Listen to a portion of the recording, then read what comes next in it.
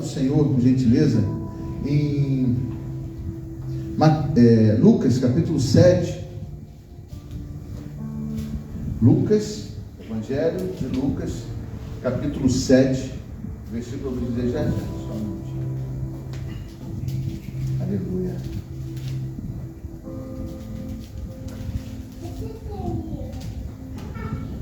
Versículo 36. Lucas, capítulo 7, versículo 36.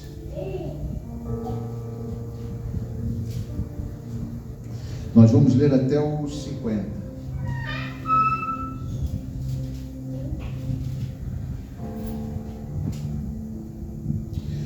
Eu quero também saudar com a paz do Senhor a quem está nos assistindo pelo Instagram. Que Deus possa estar também levando uma bênção especial através desse louvor, dessa adoração, das orações, e que você possa estar sempre conosco, em nome de Jesus. Diz assim a palavra do Senhor no versículo 36. Pode ficar sentado mesmo. E rogou-lhe um dos fariseus que comesse com ele. E entrando em casa do fariseu, assentou-se à mesa. E eis que uma mulher da cidade, uma pecadora, sabendo que ele estava à mesa em casa do fariseu, levou um vaso de alabastro com unguento, e estando por detrás aos seus pés, chorando, começou a regar-lhe os pés com lágrimas, e enxugava-los com os cabelos da sua cabeça, e beijava-lhes os pés, e ungia-los com unguento. Quando isso viu o fariseu que tinha convidado, falava consigo, dizendo: se este fora profeta, bem saberia quem é e qual é a mulher que lhe tocou, pois é uma pecadora. E respondendo Jesus, disse-lhe: Simão, uma coisa tenho a dizer-te. E ele disse: dize-a, mestre. Um certo credor tinha 2 devedores. Um devia-lhe 500 dinheiros e outro 50. E não tendo eles com o que pagar, perdoou-lhes a ambos. Dize, pois, qual deles o amará mais? Vamos tentar aqui. E Simão, respondendo, disse: tenho para mim que é aquele a quem mais perdoou. E ele lhe disse: julgastes bem. E voltando-se para a mulher, disse a Simão: vês tu esta mulher? Entrei em tua casa e não me destes água para os pés, mas esta rogou-me os pés com lágrimas e nos enxugou com os seus cabelos. Não me deste ósculo, mas esta, desde que entrou, não tem cessado de me beijar os pés. E não me ungistes a cabeça com óleo, mas esta ungiu-me os pés com unguento. Por isso te digo que os seus muitos pecados lhe são perdoados, porque muito amou. Mas aquele a quem pouco é perdoado, pouco ama. E disse a ela: os teus pecados te são perdoados. E os que estavam à mesa começaram a dizer entre si: quem é este que até perdoa pecados? E disse-lhe a mulher: a tua fé te salvou, vai-te em paz. Amém? Feche seus olhos, Senhor meu Deus. Aqui está a leitura da tua palavra. Com certeza, Senhor, ensinamentos profundos nós podemos tirar desta passagem. Sabemos, ó Pai, que esses ensinamentos precisam ser revelados pela unção do Teu Espírito Santo, e também, Senhor, pela nossa vida estar voltada à Tua Palavra, e que, ó Deus, toda mente, porventura, que esteja pensando qualquer coisa, ó Deus, que não seja aprender de Ti nesta noite a revelação da Tua Palavra, seja agora, Pai, curada, seja agora trazida cativa à Tua presença, Pai. Todo o problema, toda a desatenção, tudo aquilo, Senhor, que nos faz estarmos distante da Tua Palavra nesta hora, que caia por terra e que a Tua Palavra seja revelada, em nome de Jesus. Amém. Amém? Irmãos, aqui temos uma passagem em que a gente aprende sobre o perdão, mas a gente aprende muito mais sobre aquilo que nós damos ao Senhor por causa do perdão, aquilo que nós entendemos da parte de Deus sobre o perdão. E hoje foi lido pela irmã Rosane uma coisa que me chamou atenção, né? Que diz a palavra que ela leu, que é preciosa para o Senhor é a morte dos justos. E a gente pensa, mas por que a morte do justo é precioso? Primeiro que a palavra, no original, preciosa, quer dizer custosa, difícil para o Senhor. Por que é difícil, custoso para o Senhor a morte do justo? Porque ele teve que fazer um plano, ele teve que criar uma situação para que a morte do justo passasse a ser uma morte aceitável para ele. E para isso, ele entregou o seu filho, o seu único filho, para que o seu filho morresse, por isso custoso, por isso difícil, por isso o precioso. Porque só morre hoje justo quem passa pela justiça de Deus. E só passa pela justiça de Deus quem reconhece Jesus como Senhor e Salvador da sua vida. E reconhece Jesus, o Senhor e Salvador da sua vida, quem entende que Ele morreu para te salvar, para me salvar. Então, se você entende isso, você vai ver que qualquer coisa que você dê ao Senhor, qualquer benefício que você dê ao Senhor, não vai chegar um tiquinho daquilo que Ele já te deu antes, que foi a sua própria vida. Então, todo sacrifício que nós pensamos em dar ao Senhor, por sermos chamados justos, não passa realmente pela grandeza de sermos salvos pelo seu maior sacrifício. Então essa mulher aqui, ela entra na casa de um fariseu que o convidou Jesus para estar com ele. Mas esse fariseu tinha Jesus como um parceiro, como alguém de ministério, como um mestre que ele também era um fariseu, um religioso. Então ele fez um convite social a Jesus. Ele fez um convite porque sabia que Jesus tinha ensinamentos muito interessantes da parte de Deus. E ele queria fazer parte desse convívio com Jesus.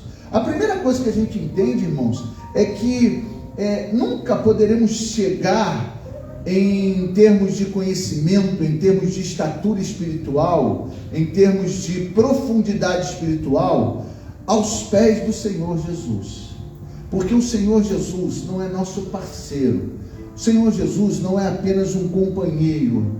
O Senhor Jesus é o Rei dos Reis, Senhor dos Senhores. E quando você chama Ele para estar na sua casa, quando você convida Jesus para estar na sua casa, entenda bem quem está entrando na sua casa. Não é aquele que tem que compartilhar com você as coisas que você gosta, as coisas que te faz bem. Quando você liga a televisão, Jesus não tem que ver aquilo que você gosta de ver, que está te prendendo na frente da televisão. Se você quer, Ele não precisa estar na sua casa. Você é que precisa que Ele esteja na sua casa. Se você entender isso, você vai começar a moldar a sua casa conforme Jesus Cristo quer que você faça. Eu vou contar um exemplo aqui bem interessante sobre uma parábola, tá, irmãos? Que eu acho bem interessante. Sobre a ação do diabo na vida, na casa de alguém. Entrou um homem na sua casa, fechou toda a sua porta e bateram na porta. E ao bater na porta, ele abre e vê que é o diabo querendo entrar na casa dele. E aí ele fala: de maneira nenhuma você vai entrar aqui. Você não tem permissão para entrar aqui. De maneira nenhuma. E o diabo falou: mas eu só quero entrar um pouquinho. Ele falou: não, essa casa aqui é do meu Deus. Você não tem permissão para entrar aqui.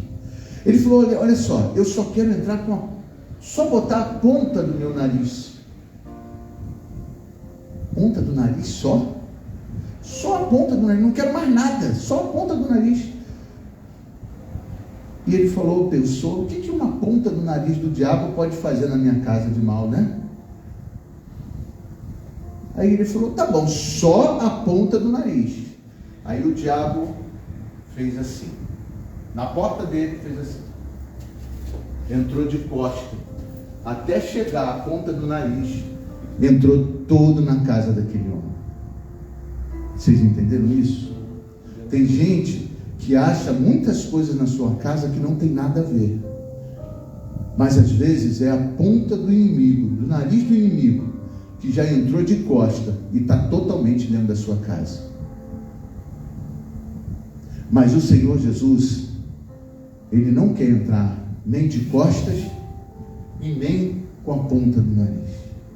Ele quer entrar como Ele é: o Rei, o Salvador, o Senhor, o Deus Criador de todas as coisas. Você pode convidar Ele nesta forma.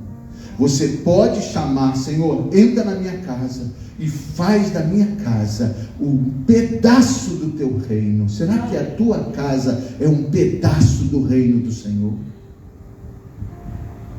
E esse homem entrou, convidou Jesus, até deu de comer a Jesus, porque eles estavam sentados à mesa. E ali entrou uma outra mulher, que era pecadora conhecida, que era alguém que era conhecida naquela cidade, e que ela entrou sem vergonha dos religiosos. Outra coisa que nós aprendemos é que nós não temos que ficar preocupado com quem nos julgam, preocupado com quem dizem: quem está vendo aquela ali, como ela era, está vendo aquele ali, o que já fez, e aqueles são cristãos.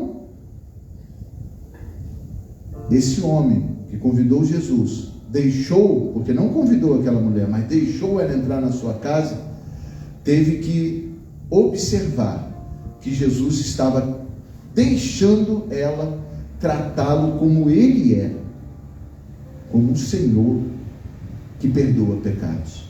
E ele disse: será que esse homem, profeta, não entende quem é essa mulher? E aí veio a parábola que Jesus contou sobre a dívida de quem devia pouco e de quem devia muito. Presta bem atenção no que eu vou falar. O grande segredo dessa passagem não são os valores de 50 ou 500, mas são as condições dos dois que não podiam pagar. Nem o que devia pouco podia pagar ao seu credor, e muito menos o que devia muito. Então o problema não é quanto você deve ao Senhor, o problema não é quanto o Senhor está olhando a tua dívida, não. O problema é você reconhecer que Ele te perdoa de todos os pecados, independente, seja muito ou pouco. E eu conto mais uma história aqui de um homem que, falando comigo, quando eu era recém-convertido, eu não me esqueço, o nome dele era Laerte, há mais de 30 anos atrás, o tempo passa, né? E eu falando de Jesus para ele, ele falou: olha, eu vou dizer uma coisa para você, eu pago minhas contas, eu sou bem casado, eu tenho uma vida honrada, e isso e aquilo, e ele foi colocando as virtudes dele. E aí naquela hora o Senhor me falou para mim: fala para ele que as virtudes morais não são suficientes para apagar os pecados de um homem. As virtudes morais não salvam, porque senão Jesus morreria em vão. As virtudes morais não elevam a pessoa, por mais que elas tenham que ter virtudes morais, um nome limpo, um casamento honesto, tudo isso é importante. Mas aí eu falei para ele, o nosso problema são as dívidas espirituais que nós temos com o Senhor. E as dívidas espirituais, se forem levar em conta, nós devemos e devemos muito, porque somos pecadores, falhamos e erramos e não conseguimos pagar ao Senhor o que devemos. Então esse homem agia como um fariseu, como companheiro de Cristo, como igual a Cristo. Mas quando nós percebemos quem somos para Deus, nós começamos a entender o que Ele fez por nós. E Ele nos salvou. Irmão, presta atenção numa coisa. O Senhor Jesus Cristo nos redimiu de todo o pecado. Ele nos perdoou e nos tornou justos. A promessa que Ele tem para a nossa vida é nos levar para o céu, para estarmos com Ele na glória. Qualquer outra promessa que você tenha de Deus é no âmbito pessoal, é no âmbito material, é no âmbito que Ele pode fazer, Ele tem poder para fazer, Ele tem poder para te sustentar financeiramente bem, Ele tem poder para te curar, Ele tem poder para restaurar sua família. Isso tudo é no âmbito material, mas no âmbito de justiça, eu quero dizer para você, se você entende o que Jesus Cristo fez na cruz, haja o que houver neste mundo, você vai herdar a coroa da vitória. E como eu falei na semana passada, que algumas pessoas não viram, a morte de Jesus nos dá uma vida. Porque se não houve a morte de Jesus, estamos seguindo Jesus debalde. Estamos seguindo Jesus inutilmente. Se não houve a morte e a ressurreição, porque também só a morte, se Jesus está morto, nós não temos o porquê estar aqui. Até porque tu vai louvar o morto. Mas se você entende que Ele ressuscitou, a morte não consegue segurá-lo. A morte não conseguiu colocar nas suas entranhas. E se Jesus ressuscitou, a morte não conseguirá ressuscitar a cada um que tem Jesus como Senhor e Salvador.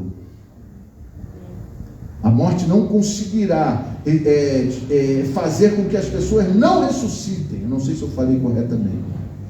Ela não conseguirá prender aquele que morre em Cristo Jesus, porque as entranhas da morte não seguram a justiça de Deus. Então, irmãos, você quer viver bem aqui? Viva perdoado, viva sem culpa, viva sem angústia sobre o pecado. Porque lá em Romanos capítulo 5, lá no finalzinho do capítulo 5, diz que aonde abundou o pecado, superabundou a graça de Deus. E se superabundou a graça de Deus, hoje você e eu estamos fora da ação do pecado sobre nossas vidas. E o que Jesus fala no final? Primeiro, e os que estavam à mesa, lá no finalzinho, no versículo 49, e os que estavam à mesa começaram a dizer entre si: quem é este que até perdoa pecados? Aí eu te faço uma pergunta: você sabe quem é Jesus? Hoje, não quem foi Jesus, mas quem é Jesus hoje?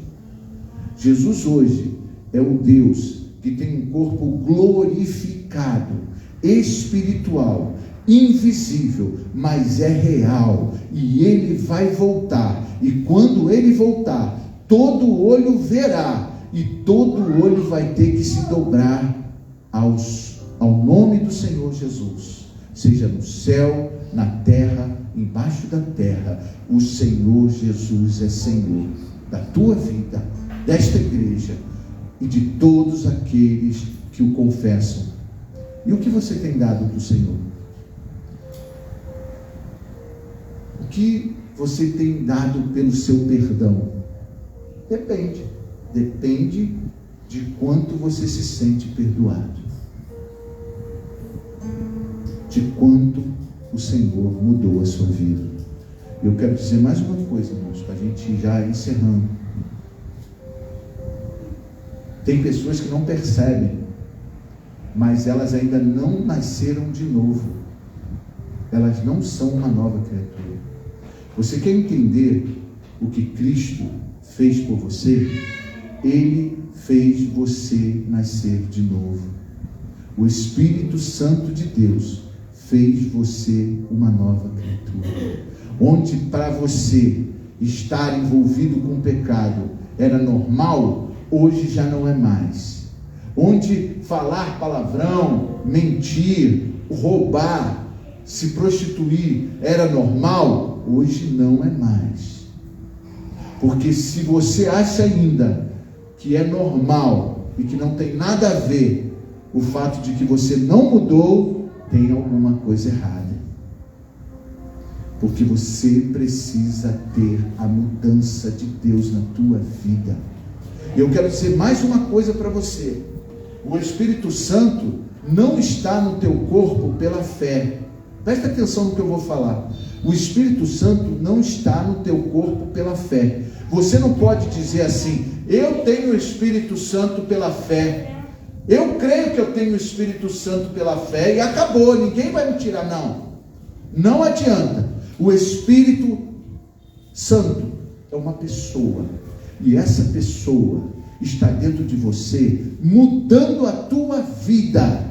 Ela está dizendo o que tem que ser feito. Se você não ouve o Espírito Santo dentro de você, mudando a tua vida, você precisa nascer de novo, porque o Espírito Santo é real, ele muda, ele fala contigo, ele ora contigo,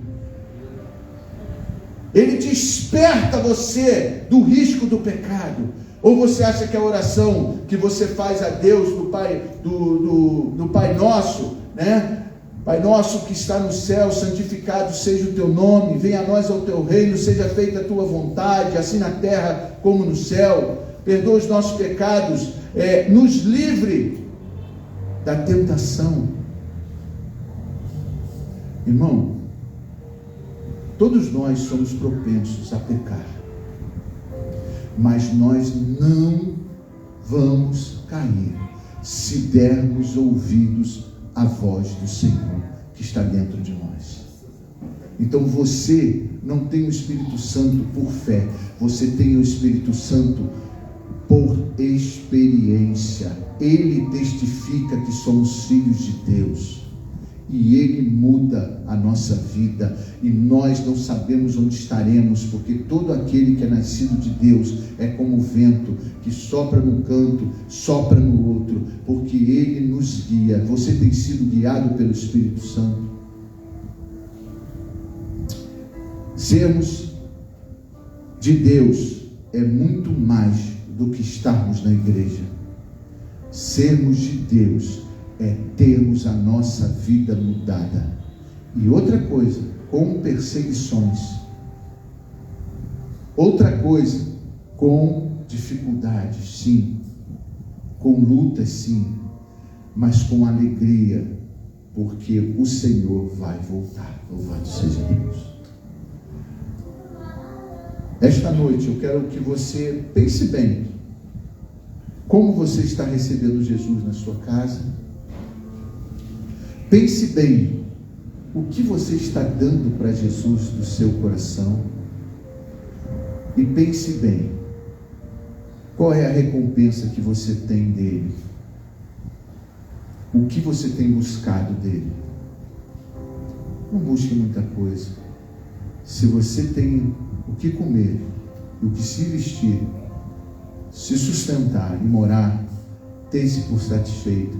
porque na casa de meu pai, diz ele, há muitas moradas. Eu vou preparar-vos lugar. Aqui não é o seu lugar. Aqui é passagem. E aqui Deus vai fazer a obra. Eu vou dizer uma coisa para você, para terminarmos, irmãos. Se eu pensasse no futuro aqui, eu não tinha investido, eu não tinha nem entrado aqui. Porque eu ia estar guardando dinheiro, ia estar separando dinheiro, ia estar juntando dinheiro, investindo dinheiro para ter segurança aqui. Mas todos os valores que são conquistados nesse local é para passarmos e pregarmos a palavra do Senhor. Enquanto as pessoas estão colocando o dinheiro de Deus no lençol, enterrando na terra com projetos físicos, não, vamos juntar dinheiro que a gente tem que comprar esse terreno aqui do lado, vamos juntar dinheiro, comprou, agora vamos juntar dinheiro porque a gente tem que abrir a casa do Senhor, levantar a casa do Senhor. Isso vai se 20, isso vai se 30, isso vai se 20. Francisco, olha ali fora, Francisco. Vai lá. Não está catando lixo. Não, mas não tem que catar lixo. Aleluia. Então o que acontece?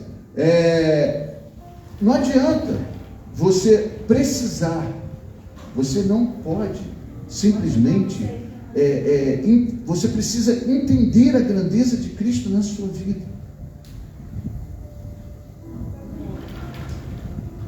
Convida ele para os cultos. Amém.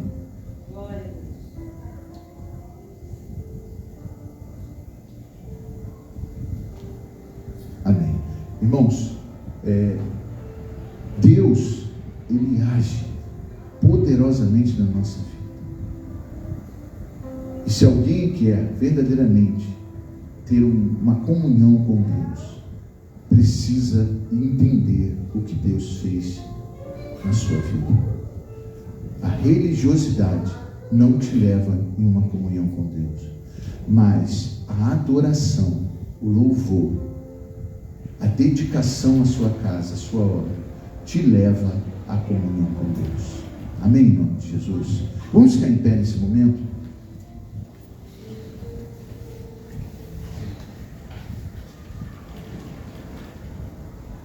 Que você possa estar verdadeiramente tendo no seu coração a grandeza de estar louvando e engrandecendo o Senhor na beleza da sua formosura. Na beleza da sua formosura. Feche seus olhos um pouquinho. Talvez você entrou aqui e até agora não tenha louvado o Senhor na beleza da sua formosura. Talvez você tenha, tomara que não, mas talvez você tenha exercido uma prática religiosa ao louvar 6, 7 hinos. Mas nesta hora eu peço para você que você entenda a grandeza de Deus e principalmente entenda o que Ele fez por você, a ponto de mudar a sua vida. Louvado seja Deus.